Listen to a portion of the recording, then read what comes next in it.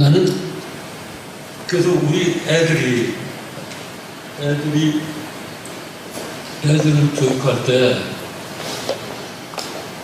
한 번은 만져보도록 했으면 좋겠어. 껍데기 무슨 온 세상에 질감, 세멘트, 벽돌, 나무 무슨 동물의 시체로 애들이 부르고 그 느낌을 딱 그 느낌을 이렇게 간직하고 사는 애들, 자라는 애들이었으면 참 좋겠다는 생각이 들었어요. 그런 느낌이 전혀 없이, 사물에 대한 구체성에 대한 느낌이 없이 대학에 가서 개념만을 배운다면은 그런 사람은 예술가가 될 수가 없을 거예요. 절대 될 수가 없죠. 자기 삶에 대한 프라이빗한 느낌이 없이 어떻게 예술가 있어요? 어떻게 글을 쓰겠어요? 어떻게 그림을 그려요? 그 인류대학에서 선생님한테 배웠다게 되겠습니까? 삶에 대한 프라이빗한 그 체험, 그런 질감에 대한 느낌이 없이는 이루기가 어려운 거지. 그것이 없다면, 그것이 없었다면 참 그 공허한 인생이 되겠죠. 그런데 그런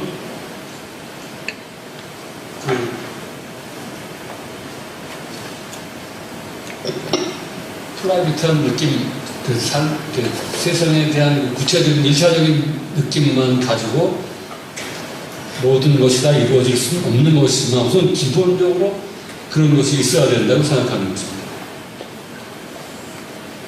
그리고 자기의 생명에 대한 확실한 인식이 있어야 돼요. 글을 쓸 때나 붓을 들어서 화폭에 문제를 때나, 근데 화폭이라는 것은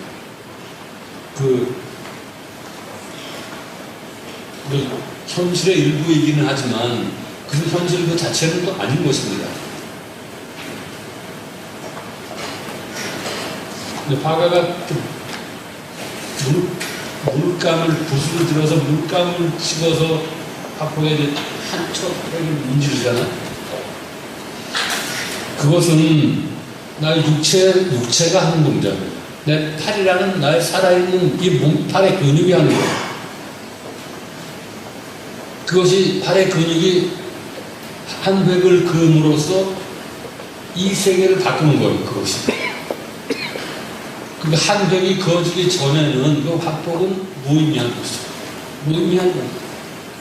그 한 획을 그음으로써 비로소 그것이 인간이 인식 가능한 인간의 쪽으로 그 화폭이 편입되는 것이죠. 그러니까 한 번의 붓질은 그렇게 중요한 것입니다. 그러니까 천지를 개벽하는 것 같아요. 이게. 천지를 개벽하는 것처럼 우리가 이해할 수 없고 만질 수 없고 뭔지 모르던 그 혼돈의 공간을 한 번의 붓질로서 우리가 인간의 영역으로 이렇게 끌어들이는 것입니다. 이것은 인간의 관념적인 조작으로 하는 게 아니고 살아있는 인간의 이 팔의 근육으로 하는 거예요.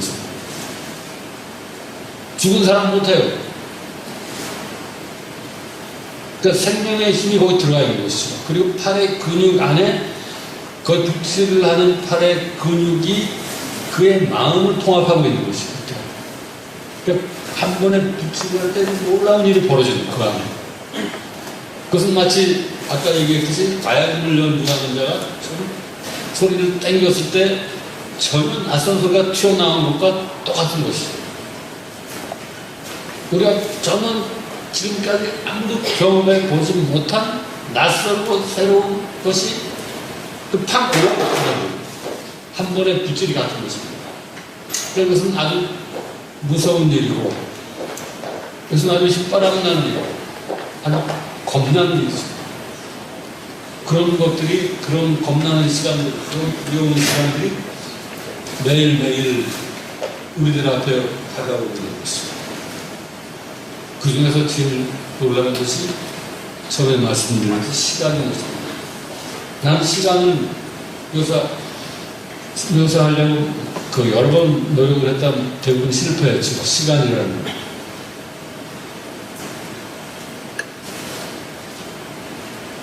시간은 아마도 물질이 아니겠죠. 비물질적인 물질이 아닌 것일 거예요.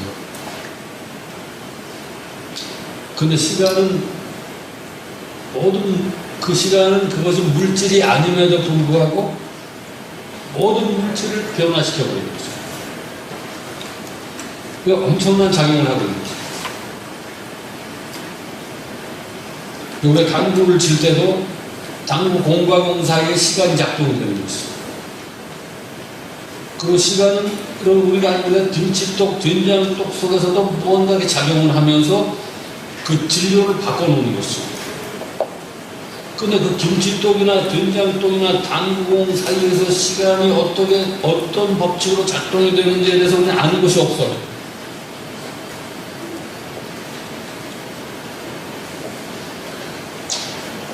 그리고 시간이 인간의 생명, 동물의 생명 안에서 정확하게 작동을 해가지고 생로병사를 거기다 만들어 놓죠.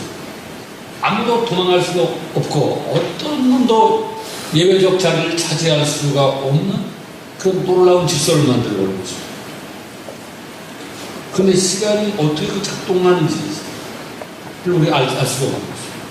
어떤 방식으로 어떤 사이클로에 작동이 되는지를 과학적으로 증명할 길이 없는 것이죠. 그래서 이 우주 공간의 시간이 흘러가는 곳이라고 하는데, 그렇다면 우리가 알고 있는 우주라는 것은 물질이 아니고 물질인가? 그런 생각도 했어요. 그 물질인지 비물질인지를 알 수가 없는 거예요. 그것을 언어로 묘사할 수는 없겠다고 생각했어요. 그래서 천문학책을 봤더니 이 우주에 별이 몇 개인지를 우리가 알 수가 없대요. 별이 몇 개인지를 인간이 알 수가 없대요. 그러니까 이 지구상에 바닷가에 모래가 괜찮은 모래 안에 그거보다 더 많은 별이 있을 거다, 이 우주에. 그러나 우리는 알 수가 없다는 거예요. 그리고 그것이 이제 거대한 시간 속에서 어떻게 운행이 되고 있다는 거죠.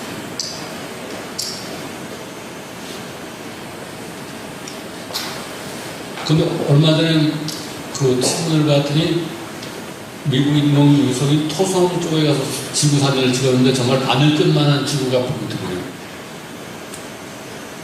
20년 전에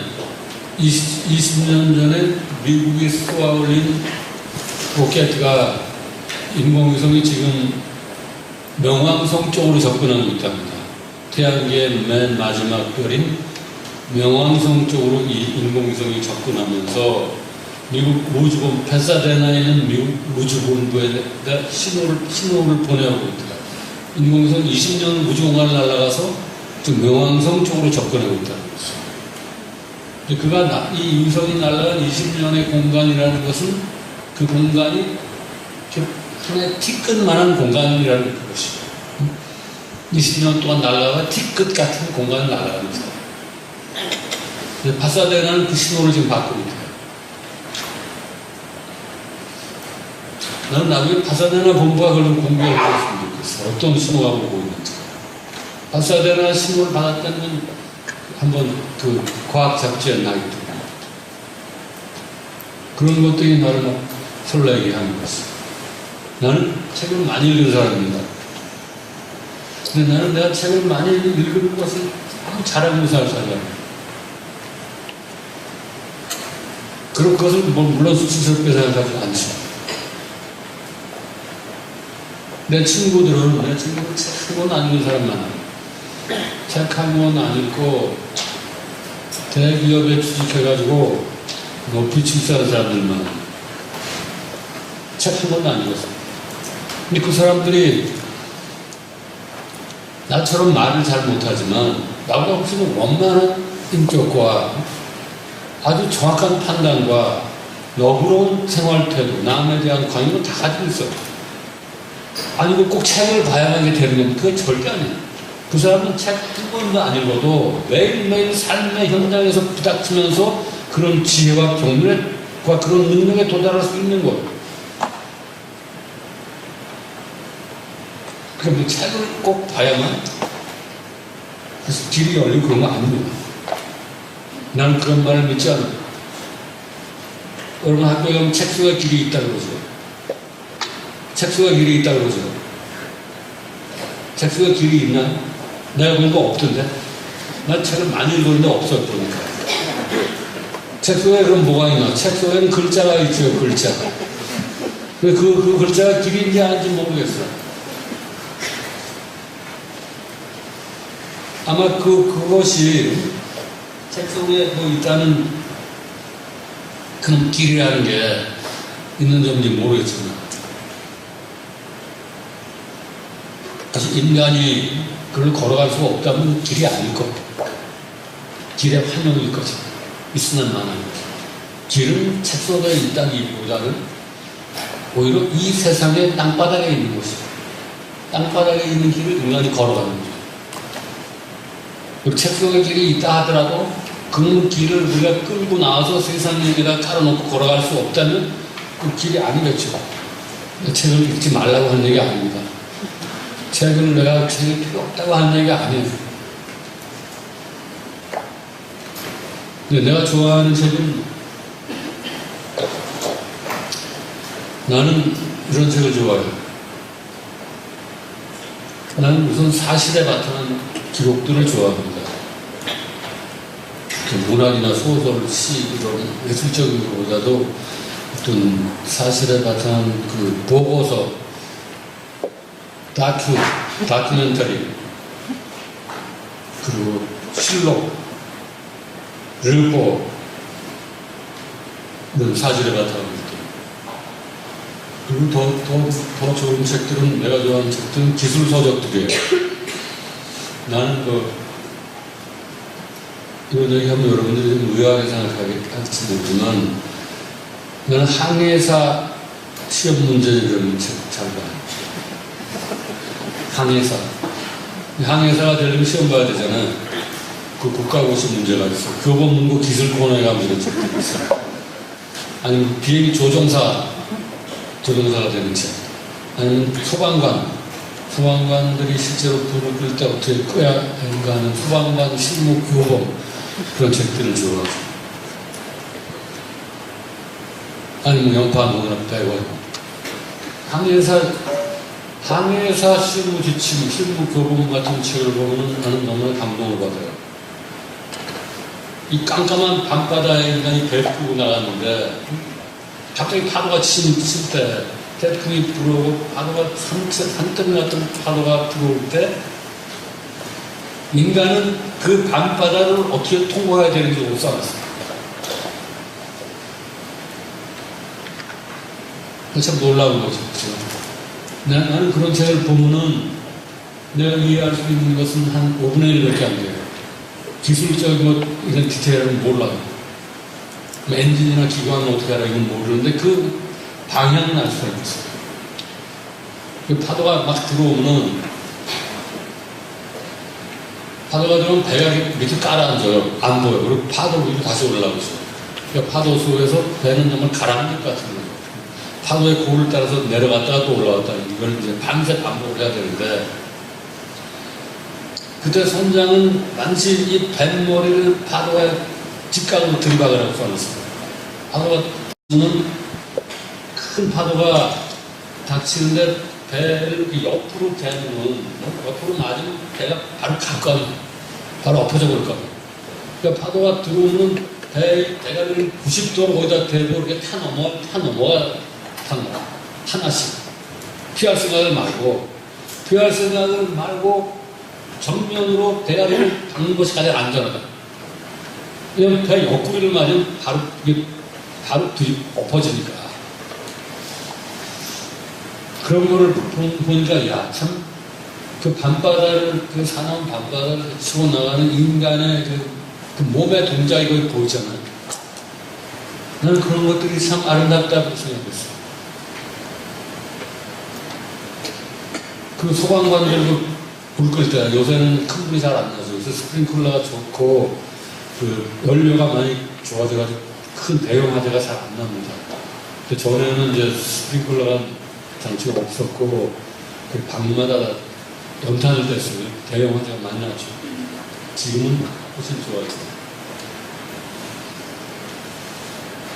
그때 저는 소방관들하고 참 친하게 지냈어요. 나는 그 사람들이 참 거룩한 사람이라고 생각했습니다. 고층 빌딩에 불이 나면은 사람 다 도망가잖아요. 근데 그 사람들은 그 안으로 뛰어들어가요. 남의 재난에 개입하는 사람이죠. 남의 재난에 개입하는. 한 20층짜리 건물에 불이 났을 때 고가 사다리를 거기다 대고 그 안으로 들어가는 사람. 그럼 들어가서 뭘 하냐면 처음에는, 그러니까 그때는 그 빌딩에 많은 정보마다 프로판 가스를 다 썼어요. 연료가 이제 도시가스가 없으니까 프로판 가스에 대포알 같이 생겼잖아요. 소방관들이 들어가서 그거 하나씩 끌고 나오는 거예요. 왜냐면 그게 터지면 화재가 한 10배쯤 되니까. 고가 사다리 타고 들어가서 끌어내지. 근데 소방관의 그 실무 교범서를 보면은 그런 동작을 지휘하는 일들이 나와요. 아, 그럼 이게 불 붙는 빌딩에 인간 개입할 때 이건 어떻게 들어가야 되는 거죠? 써놨어요. 그런 것들을 볼 때 살아있는 인간의 구체적인 동작,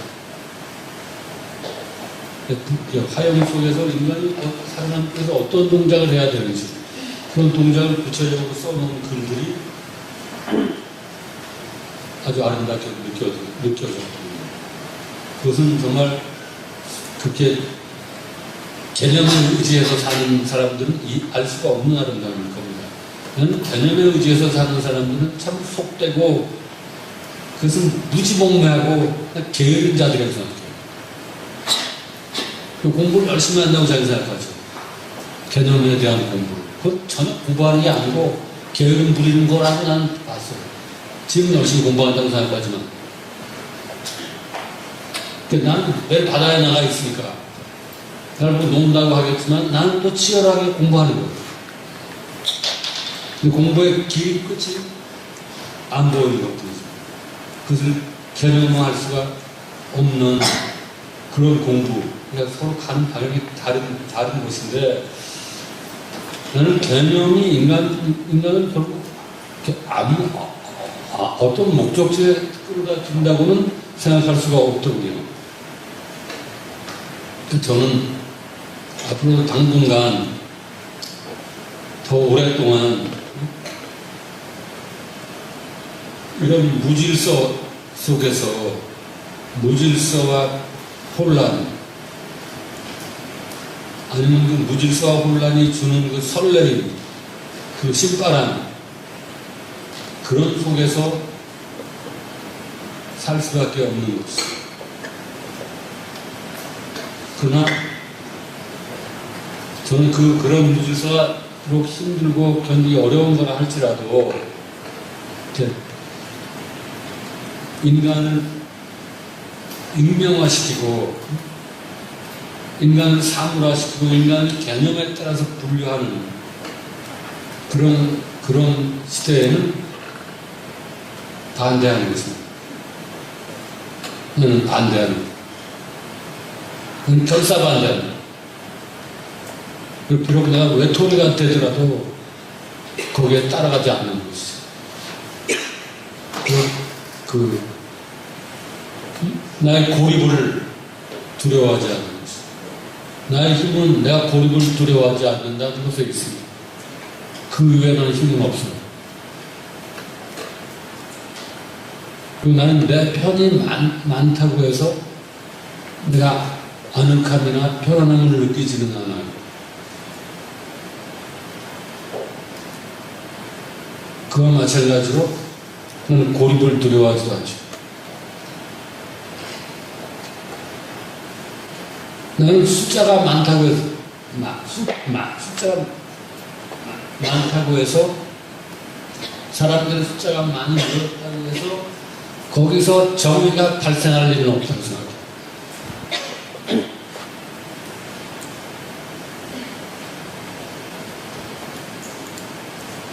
그리고 나는 내가 그리고 내가 고립됐다 하더라도 나는 그것이 불이라고도 생각하지 않는 것이죠.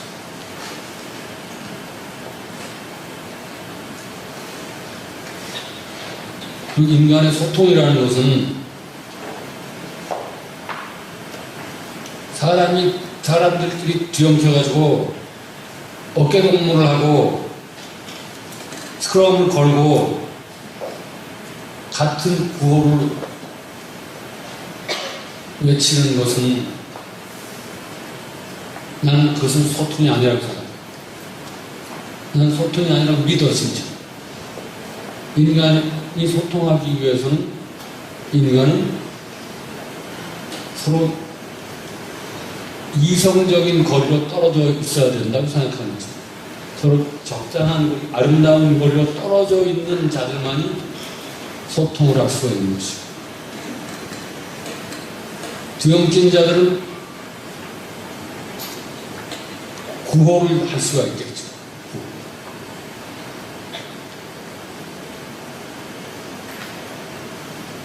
그 구호가 쌓이면은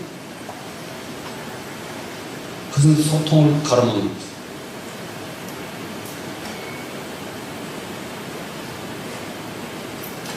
우리 시대의 언어의 문제는 히어링이 안 된다는 것에 이르는 것입니다. 히어링. 지금 히어링을 하는 사람은 아무도 없어요. 채팅만 하면 다들 떠들기만 하고 남의 말을 듣는 사람이 없는 것이죠. 그냥 언어에는 4가지 장르가 있잖아요. 말하기, 듣기, 쓰기, 읽기인데 가장 중요한 게 듣기입니다. 듣기라는 것은 읽기와 같은 거예요. 그래서 내가 세상을 받아들이는 것이죠. 말하기는 쓰기와 같은 것입니다.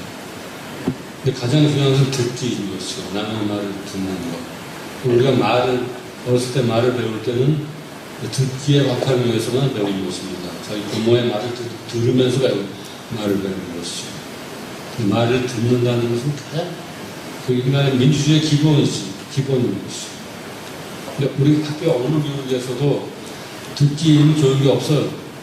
듣기는 없어요. 뭐 쓰기, 읽기 이런 거는 있는데 인간이 도대체 남의 말을 어떻게 들어야 되는가 하는 것을 가르치는 적이 없어. 근데 귓구멍이 뚫려 있다고 그렇게 들리는 게 아니잖아요. 우리가 눈을 뜨고 다닌다고 해서 다 보이는 게 아닙니다. 눈을 떠도 아무것도 안 보이는 거예요. 근데 그 듣기를 교육을 안 하니까 말은 거칠어지는 것이, 들은 것이 없으니까. 내가 뭐 남에게 별로 자랑할 일이 없는 사람인데, 내가 자랑할 수 있는 것은 그런 걸 거예요. 개념에 의지하지 않는 사람. 개념에 의지하는 사람들, 머릿속이 질서정연한 사람들을 전혀 신뢰하지 않는다는 거예요. 나의 무질서, 나의 혼란을 전혀 수치스럽게 생각하지 않고, 나의 고립을 내가 무서워하지 않고, 나의 혼란을 내가 감당할 수가 있겠다는 것이. 그리고 더욱 내가 잘할 수 있는 것은 나는 하나의 사물을 오랫동안 조용히 들여다볼 수 있는 힘이 있어. 젊은이들은 이런 힘이 없더라고요. 전혀 없어. 그 남의 말을 오랫동안 들을 수 있는 힘이 있죠.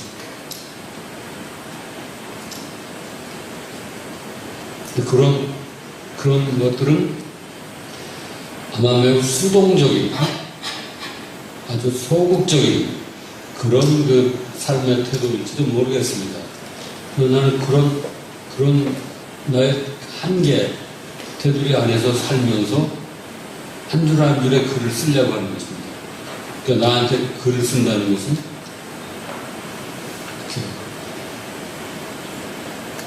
깨우침으로 가는 것이 아니고, 깨우친 자의 말을 하는 것은 나의 목표가 아닙니다. 나의 목표는 아마 이런 걸 거예요.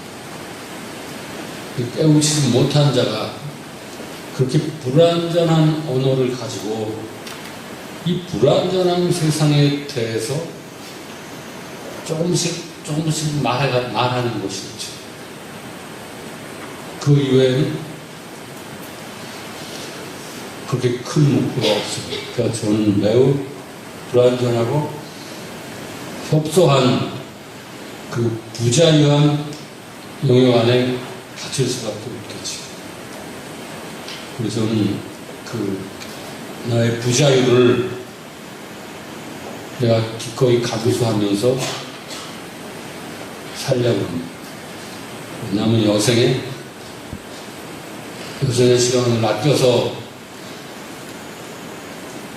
한 서너 권을 더 써놓고 때가 되면 가려고 합니다. 여러분 고맙습니다.